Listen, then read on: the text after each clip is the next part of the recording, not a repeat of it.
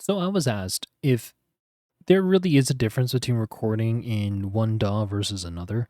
And in short, there is. And I'm going to be showing you how you can find these differences. And the benefit of doing this method is actually it can also help with comparing other different kinds of devices, like different audio interfaces and preamps, or testing the differences in how a frequency response of one microphone compares to another. So over here, how I'm going to be doing so and showing you the differences of Audacity and Reaper's export methods or even recording methods is right over here. I have this take done in Audacity, and this was done at the same time as the one that's here in Reaper. So I have the Reaper take and the Audacity take. What I'm going to do quick and first and foremost is play the audio take from Audacity. I clap in this recording and I'm able to use that clap to align it later on. So here you go. This is the recording directly from Audacity as I did it. I did it here in this DAW. And another little point to make is I'm not using an ASIO driver. That might be another difference, and whether or not that makes a difference in audio quality, um, that is up to you to decide if that's worth it. Typically, the ASIO driver is just supposed to be helping with stability and making it easier for low latency monitoring with effects, but you can be the judge of that. So here is the recording done in Audacity. This is a test recording using a Shure SM7B running through my Mackie Digital X Bus 200. I then have it coming through the ADAT card expansion going into the ADAT 1-in of my RME UFX. So now you give a listen to that. Let's head into Reaper. I'm going to go ahead and make sure that these audio clips here are just reset. I'm going to be playing Reaper as it was recorded in this DAW. I made sure that at the sample level, this is something you can do in Audacity as well. You can zoom in super duper duper duper duper close and see the dots here. These are the samples. I made sure that to the sample, it's lined up as perfectly as possible. So right now here is the Reaper take, and this was done at the same time with the claps aligned. This is a test recording using a Shure SM7B running through my Mackie Digital X Bus 200. I then have it coming through the ADAT card expansion going into the ADAT 1-in of my RME UFX. Wonderful. So how am I going to compare these? Well, what I can do is on the track that I want phase flipped or the polarity changed, I can turn this button on.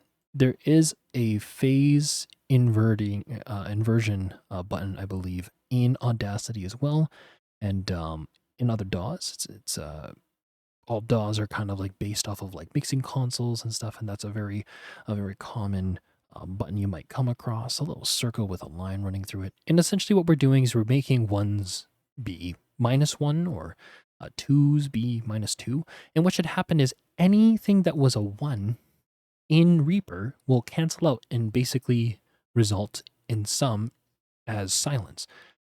The rest of the things that don't sum to 0 and there is a difference, those are going to be left over. So what should happen is when I play this clip and this track is unmuted but phase flipped, this is the Audacity take, I should hear silence. There it is. There's absolutely nothing. Let's prove that again. Let's mute it. 100. I then have it coming through the ADAT.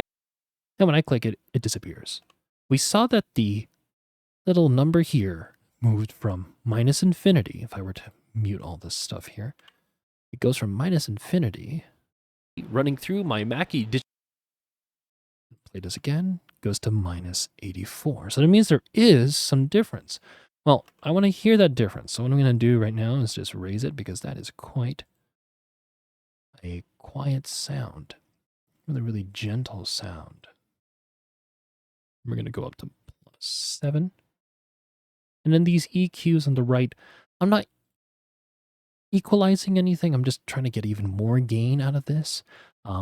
So we should be boosting almost 50 dB here. So when I play it, this is the sum of the two files, one phase inverted, and that sum that's left over is going to be the difference. It's what Reaper was able to pick up that Audacity didn't.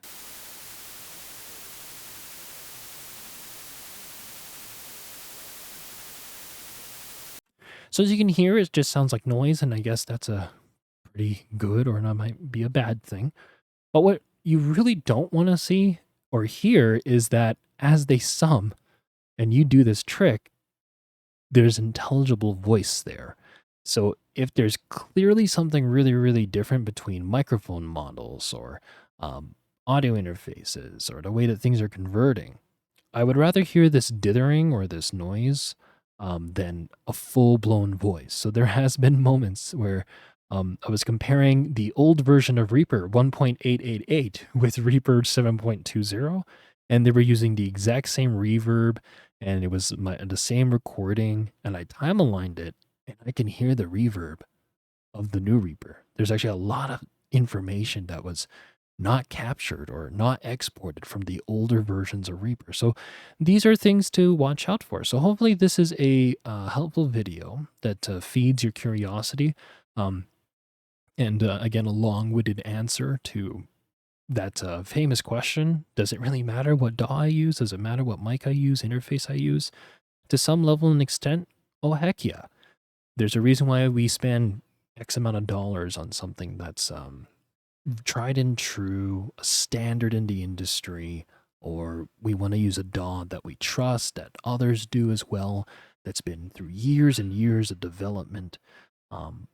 These are sometimes those reasons. So hopefully this helps you in deciding whether or not you want to spend $60 on a Reaper license or continue to use it for free, or to continue using Audacity, maybe even considering Adobe Edition or moving over to a different kind of DAW. Hopefully this helps you out.